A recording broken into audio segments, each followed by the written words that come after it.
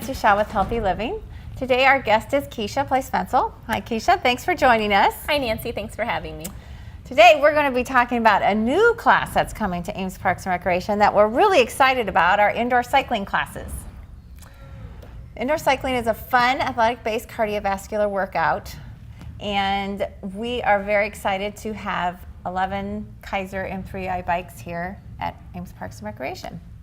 You being an avid cyclist, it's going to be a lot of fun. It is going to be a lot of fun. So Keisha, you've been into a lot of indoor cycling classes in the past. Yes. So what are your thoughts on indoor cycling? Would you say the advantages of indoor cycling classes are? Well, there's a lot of fun ways that you can go about it. It really can be for absolutely anybody. Right. It can be for somebody who has never been on a bike before. It can be for somebody who is an avid cyclist like myself. And the great thing about it is the workout can be tailored to meet the individual needs of the participant.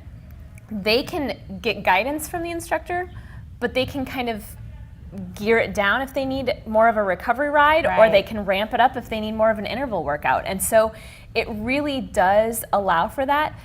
And the great thing is they're all together. So every other cyclist in the room, even though they may be going completely different speeds, it's not like being on the open road where you lose somebody. You're still together and have that. And the class has fun music. Yes. And an instructor who coaches you and takes you to different levels, different terrains, and just really makes the class fun but very challenging. Yes, you can have different intensities, you can have different hill workouts, you can have some recovery. There's just a variety of different things that an instructor can take the class through, and individuals can kind of tailor fit it to meet their needs. And the great thing is, everybody knows how to ride a bike, right? Absolutely, especially a stationary one. Yeah, so you don't have to worry about falling. No, not at all. So we're going to be offering these classes at a variety of times. We have early morning, which I know you're a big fan of. I love early morning. Love early morning. We have a lot of people who love early morning. We'll have some 9, 10 classes. We'll have noons, evenings, weekends. Really trying to have a variety of times and days so we can get as many people in our indoor cycling classes as possible, which is great. So our classes are going to start March 21st. We have some times maybe set aside for people to come set up on a bike, because that is really important that a person is set up right. So I want to go through with you just the 4 different adjustments, and that's one of the reasons why these bikes are so great, is because they do really individualize the fit for each person. And the key thing, I'm really glad that you brought up the bike fit, because the key thing is the bike fit. If a person comes in and they don't take the time to get fit properly on the bike, it's not going to be comfortable for them. They may not have the best experience and they may not come back. That's not what we want. We want them to have the best possible experience, and that bike fit is key for that. Right, and so we're going to make sure all our participants do have proper fitting going into these cycling classes. Absolutely. So the first thing, set me up? Sure, the first thing I want you to do is put your knee up high, and we're going to adjust the seat accordingly.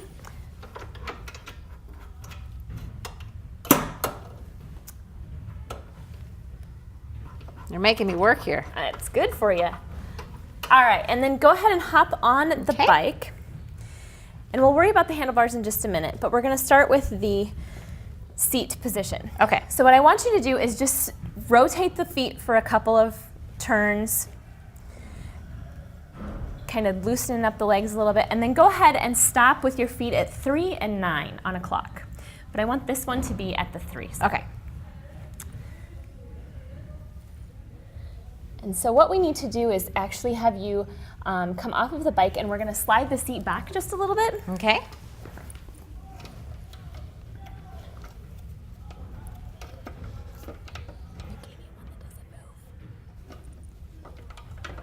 There we go.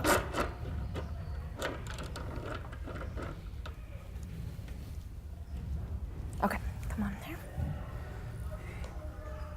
So what were you looking for there when you adjusted it back, or what makes a comfortable fit as far as? So ideally you want the front of the knee, when you're in that 3 o'clock position, to be over the ball of the foot. Okay. So go ahead and spin again just a little bit. I'm going to pull this out. And real quick, I'm going to mention this while you're fitting me. As far as clothing and that.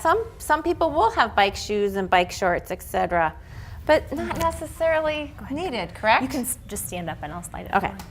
Correct, absolutely. So with these bikes, you can literally come in here in your running shoes as you have on right now. Go ahead and spin for me for a minute. And stop. That looks much better.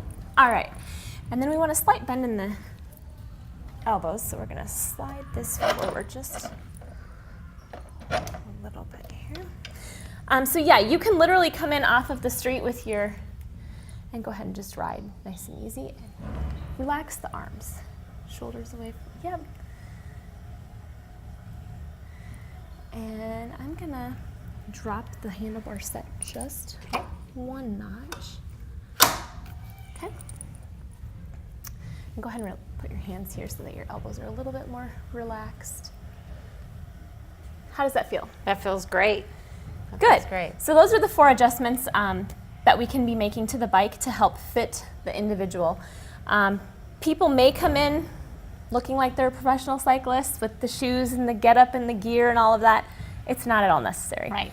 You can come in and Wear tennis shoes whatever your and exactly. Yep, whatever your exactly. favorite workout gear is when you're on a bike. For me, it's tennis shoes and shorts. There you go. So these bikes, again, I need to talk about my beautiful Kaiser bikes. What makes them unique as well is our computer monitor. So it does have gears, which is different than some of the cycles out there. It does.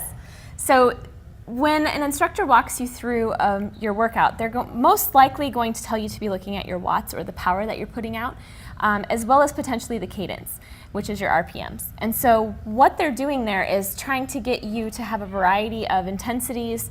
Maybe with the hill climb, you're going to have a much lower cadence, a lower RPM, revolution per minute, as well as a lower power output.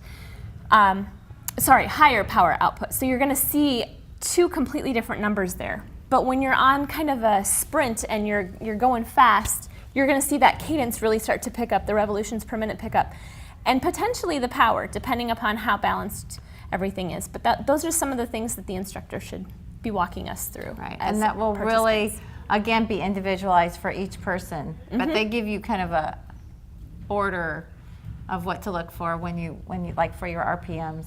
Absolutely. And then these bikes, which again is kind of unique and fun, they have 24 gears. Now, that's a lot of gears. But tell me a little bit about the gears as far as the base gear and what would you say? So everybody's base gear is going to be different. Somebody who cycles a lot, they're probably going to have a much higher base gear than somebody who's never been on a stationary bike And when we before. talk about base gear, we don't mean necessarily 1 or 2. No. How do we find how would I find my base gear? So basically we're looking at comfort in terms of how comfortable do you feel that you're riding. We're looking at perceived effort. On a scale of 1 to 10, do you feel like currently you're riding at a 1? Do you feel like you're currently riding at a 10? Or whereabouts in the middle are you riding? And from there, we adjust down because we really want that base gear to be around a 2, 3, maybe 4, depending upon the person, for that perceived effort that they're putting out on a scale of 1 to 10.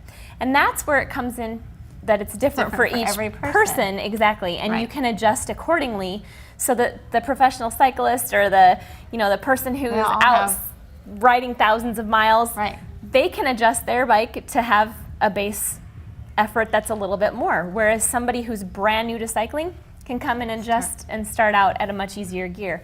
And so everybody can get something out of the indoor cycling workout. And all our classes are going to be 45 or 50-minute classes.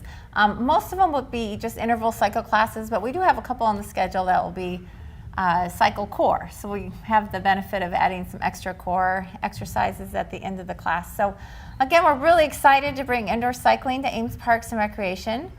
If you would like more information on our indoor cycling classes or any other group fitness classes here at Ames Parks and Recreation, you can check out our programs online at amesparkrec.org or just give us a call at 239-5350.